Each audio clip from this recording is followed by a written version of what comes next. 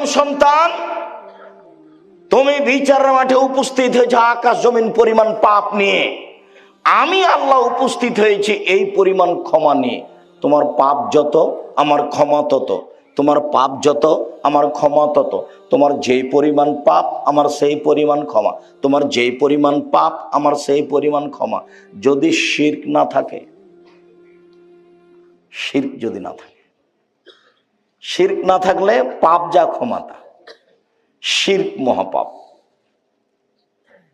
আব্দুল্লাহ ইবনে উমর রাদিয়াল্লাহু তাআলা আনহু বলেন, রাসূল সাল্লাল্লাহু আলাইহি সাল্লাম বলেছেন, মান মাতা লা ইশরিক বিল্লাহ দাখালাল জান্নাহ, শিরক ছাড়া যদি কেউ মরে জান্নাতে চলে গেছে। আমান মাতা ইশরিক বিল্লাহ ফাদাখালান নার, কেউ যদি শিরক সহ মারা যায় ও জাহান্নামে চলে গেছে। হাদিস বুখারী মুসলিম। এইভাবেই চলেন দেখি।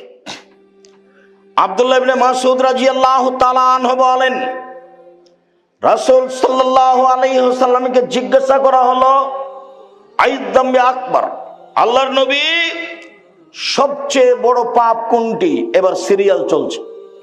আল্লাহর নবী সবচেয়ে বড় পাপ কোনটি? তিনি বললেন, আশশিরকু বিল্লাহ, আল্লাহর সাথে শিরক করা। এটা হলো তার মুখের প্রথম শব্দ।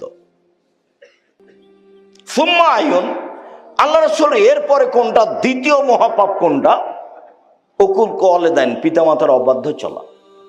জিন্দেগিতে কোনোদিন পিতামাতার অবাধ্যে মুখ খুলবেন না। ঘুম থেকে উঠে দেখে মনে হবে যে এই বাড়িতে সবচেয়ে বড় শত্রু আমার মা।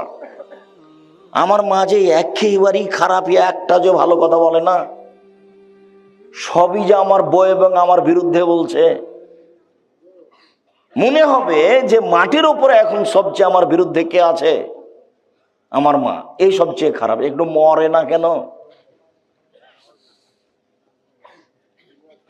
এরকম মনে হবে। মুখ খুলবেন না জীবনে পিতামাতার বিরুদ্ধে, যা বলছে বলে নেই।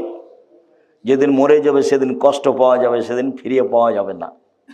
কোনো পথ নেই। একটু বলতে পারবেন না, মা আমার ভুল হয়েছে, আমাকে মাফ করেন, এরকম কোনো পথ দুনিয়াতে নেই।